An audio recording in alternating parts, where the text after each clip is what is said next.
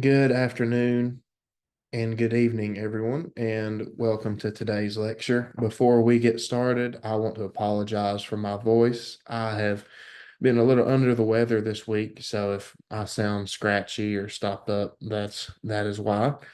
But in today's lecture, we're going to cover chapter 10 of our Microbiology for Health Sciences textbook, and in chapter 10, we are going to discuss microbial metabolism. Let's go ahead and get started.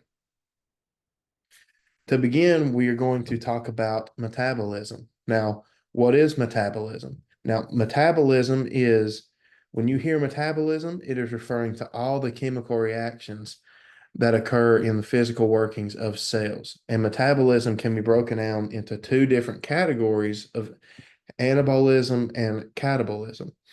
In anabolism, the energy consuming process, I'm sorry, anabolism is the energy consuming process of incorporating nutrients into the protoplasm through biosynthesis. And in catabolism, it is the chemical breakdown of complex compounds, and these compounds are broken down into simpler units and are used throughout different aspects of cellular metabolism. Metabolism also utilizes ATP in its functions. It uses this by when it assembles its smaller molecules, they become larger molecules and they are needed for the process of utilizing ATP, which helps form bonds. And it also collects energy in the forms of ATP and also in the form of heat. Right here to the right, and I'm circling with my cursor, is just a little graph of catabolism and anabolism and how they work in different molecules.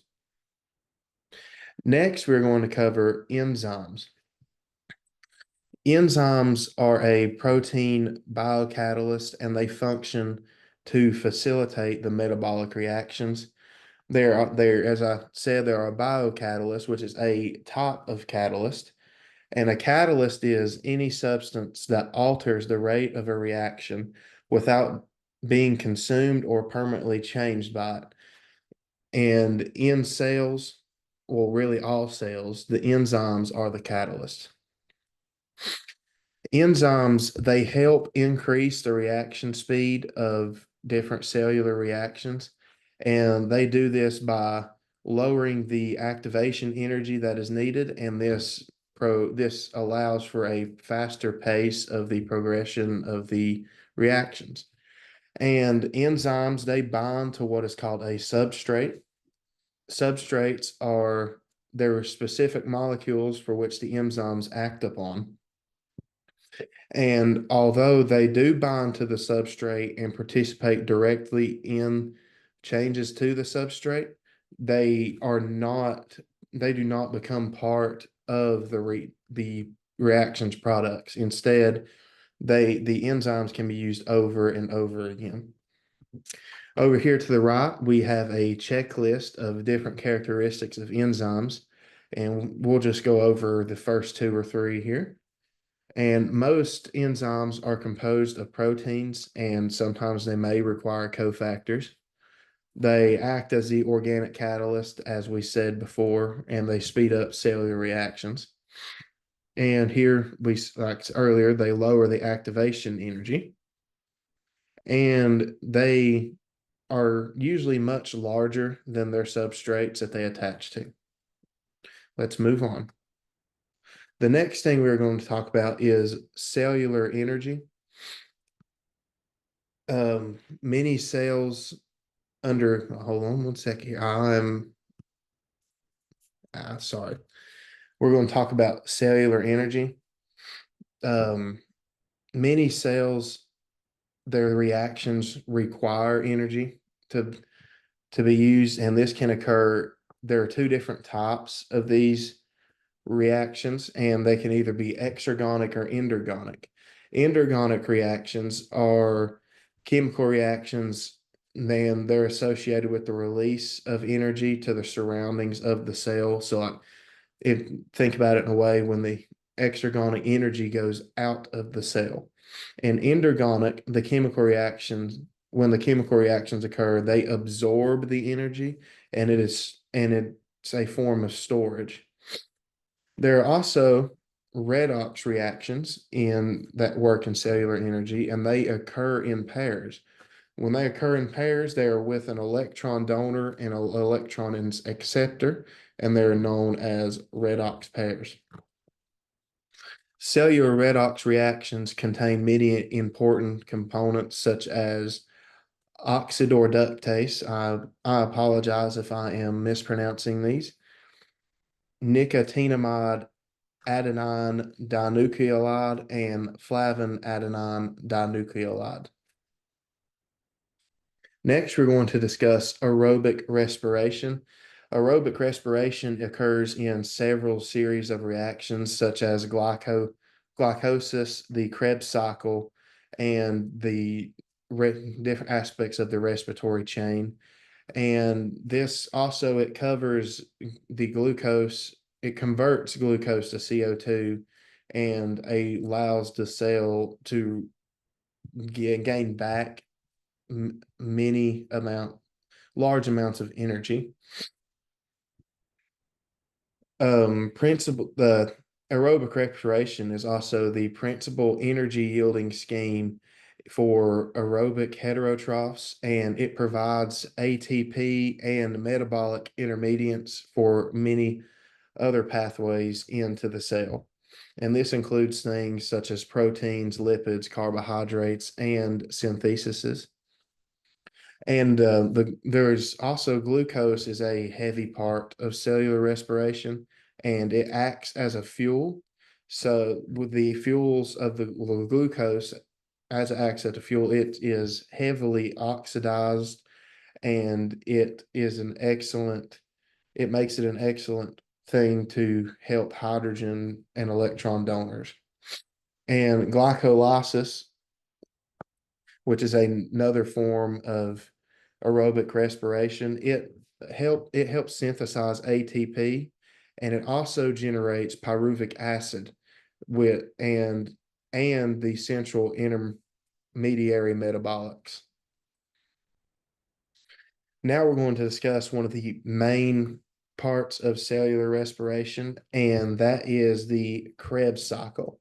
Now, the Krebs cycle is essential for aerobic respiration, and it occurs in 8 different steps, which we will discuss in the next slide. And one of the main reasons for the Krebs cycle is its final products are ATP, and it also reduces NADH and FADH2 from what they were before. And in the Krebs cycle, all the reactions happen twice. So this would mean that the products would be 2 forms of ATP, and the pyruvic acid, which was made in the glycolysis, it acts as the starting compound for the Krebs cycle, and it is converted into the starting compound basically. Here in this slide, this is a photo from our textbook, and it is the different steps of the Krebs cycle. And you can see it has them labeled 1 through 8. And we'll just go through the first couple here. In step 1, the 2 carbons of the acetyl coenzyme A molecule, they combine with the oxalate acid, and it forms 6 carbon citrates and releases the coenzyme A. And in step 2, the citrate changes the arrangement of the atoms, and it forms a different type of acid. And that acid is converted into a 5-carbon acid, which then yields NADH and CO2. And that acid loses its second CO2 and generates another NADH plus molecule. And it also generates another 4-carbon form of coenzyme A. That coenzyme A is then converted into another acid, which and it regenerates coenzyme A yet again. And this releases the energy that is captured in forms of ATP. Now, that acid then loses two hydrogen plus molecules and two electrons, and it is also yields a different type of acid and generates FADH2. And that acid reacts with water to form malic acid. And then the additional NADH is then formed when the malic acid is converted into another type of acid, which is the final product, and then the cycle begins again by reacting with coenzyme A. Next, we're going to talk about cell efficiency, and all cells need to be efficient in order to function. And most catabolic pathways in cells contain metabolites, and these metabolites can then be converted into antibiotic pathways. And one property of efficient cells is amphibolism. And in amphibolism, this is in this property, the system is integrated into catabolic and anabolic pathways, and it improves the cell to be more efficient.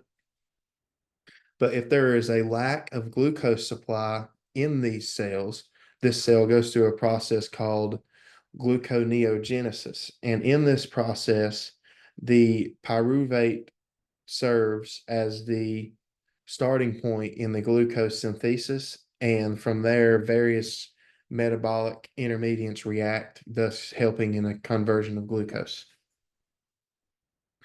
Our last and final slide here, we are going to discuss photosynthesis. Now, photosynthesis we learned about when we were little in my elementary, middle school, and then also throughout high school, but we just learned very little and like the basics of it. Now we're going to get involved more inside it and learn more aspects of it. Photosynthesis there are two main types that it occurs in, and those are light dependent and light independent reactions.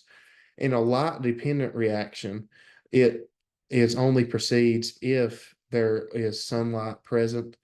And in light independent reactions, they only happen, they do not need light to function. So regardless of if sunlight is present or not, these reactions will keep going.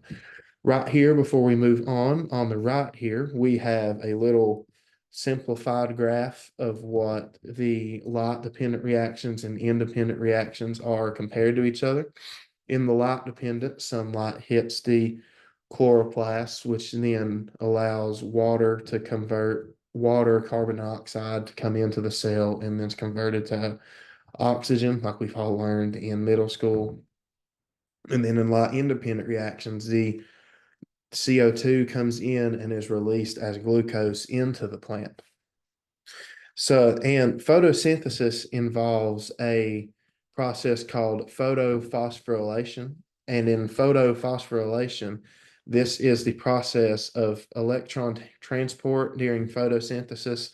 And this results in the synthesis of ATP from ADP. And the Calvin cycle also happens in photosynthesis, and it occurs in the second phase.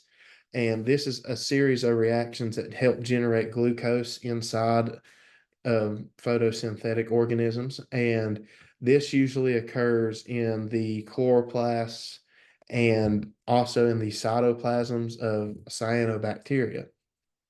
There are also two other mechanisms of photosynthesis as well, and the most common is oxygenic. And oxygenic is any reaction that gives off oxygen.